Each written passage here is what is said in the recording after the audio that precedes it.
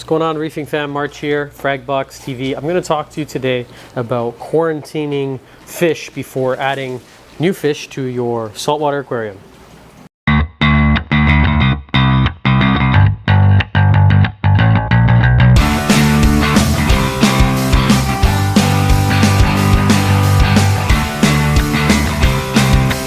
Okay, well. This tank is finally starting to look good again. I'm going to upload a video pretty soon about why it wasn't doing too well. We got in some new inverts over here and some new corals, but today's video is not about that. Today's video is about quarantining fish. So should you or do you quarantine fish? Why don't you comment below? We'll start off with our question of the day. Before adding new fish to your aquarium, are you quarantining fish? I always recommend doing that if it's possible. Let's go down to the basement. I'll show you that the QT that we're using, the mystical basement. We don't come down here enough because it's kind of messy. You know what? It's not very exciting. The storage, there's a coral farm, but let me show you the QT. So just added a bunch of new fish in here. Why do we quarantine fish before adding them to a tank? Because all it takes is one fish could be carrying some sort of disease. So that could be like Brucella, it could be ick, it could be velvet. There's a lot of them out there.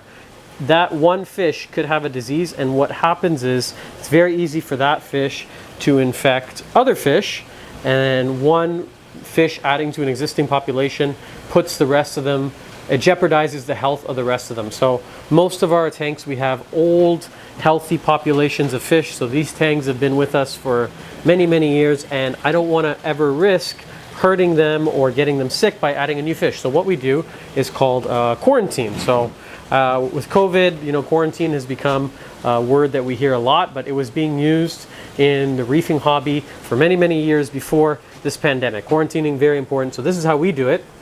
I've just added them literally 5 minutes ago. So I added 20 blue chromis and this Tamini tang over here, and there was one cardinal over here. These are the cardinal and the Tamini are for Tia. The chromis are going to go into our display tank upstairs.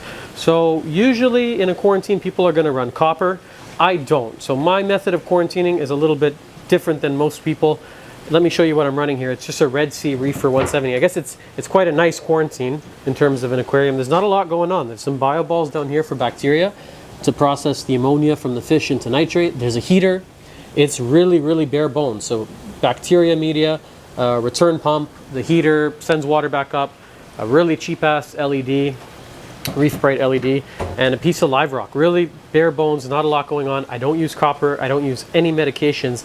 Here in Canada, it's quite difficult to get fish medications. I know you have a lot more options in the US, in other countries. Here, a lot of them are banned. We can't even bring them into the country. So what I do is kind of a little bit more holistic approach, I would say.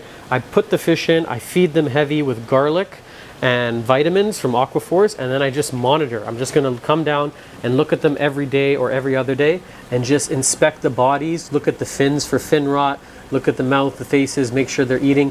One of these may not survive, but the strong will, and I'm going to keep them in here for a month, and we just basically monitor them. If they look good, they look healthy, then we're going to introduce them to the tank.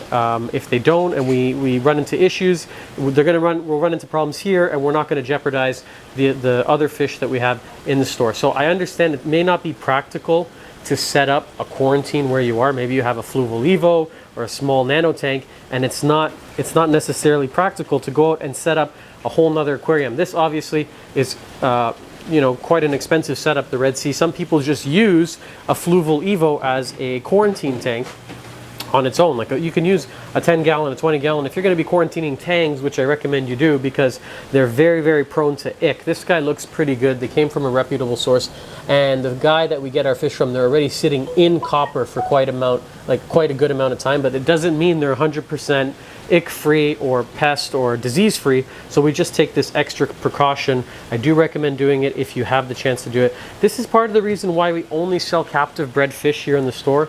I'm going to do a whole nother video on that, but just to quickly touch on it is because they're bred in captivity, as the name would suggest, and they have very little chance of contracting diseases that we find in the ocean because they're grown in these sterile farm-like systems, so we don't have a lot of the same issues we associate with wild-caught fish.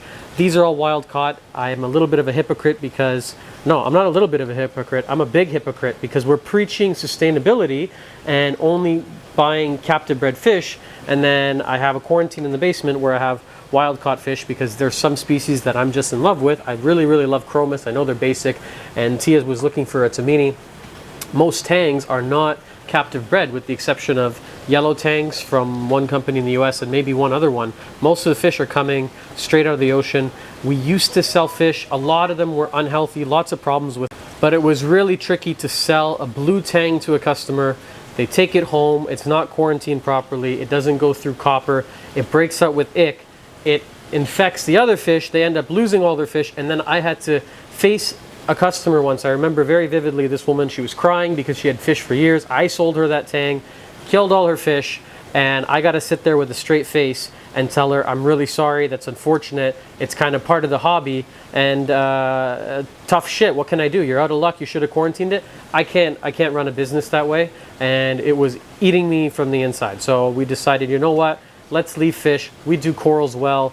Let's stick to corals. Let's really just try and hit a home run on the corals, and then the fish for us is really takes a back seat to the corals and the frags and growing them out.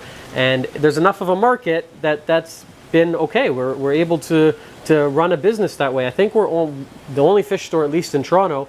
I don't know where you guys are, but if that's how they run it, but we really just do corals. 95% of what we do is corals and hardware, and we avoid fish because it's heartbreaking to lose them. I get attached to them personally, and they're like pets. If you take care of a tang, a yellow tang, for example, will live 20-25 years, much longer than a dog, a cat. This is getting really sidetracked, and these are all topics and points I'm going to talk to about in why we only sell captive bred fish. So that's it for today's video of Fragbox TV. If you like the comment, give me a thumbs up. You can go ahead and subscribe if you haven't already done that, because we're doing a reef related topic every single day. That's 7 days a week.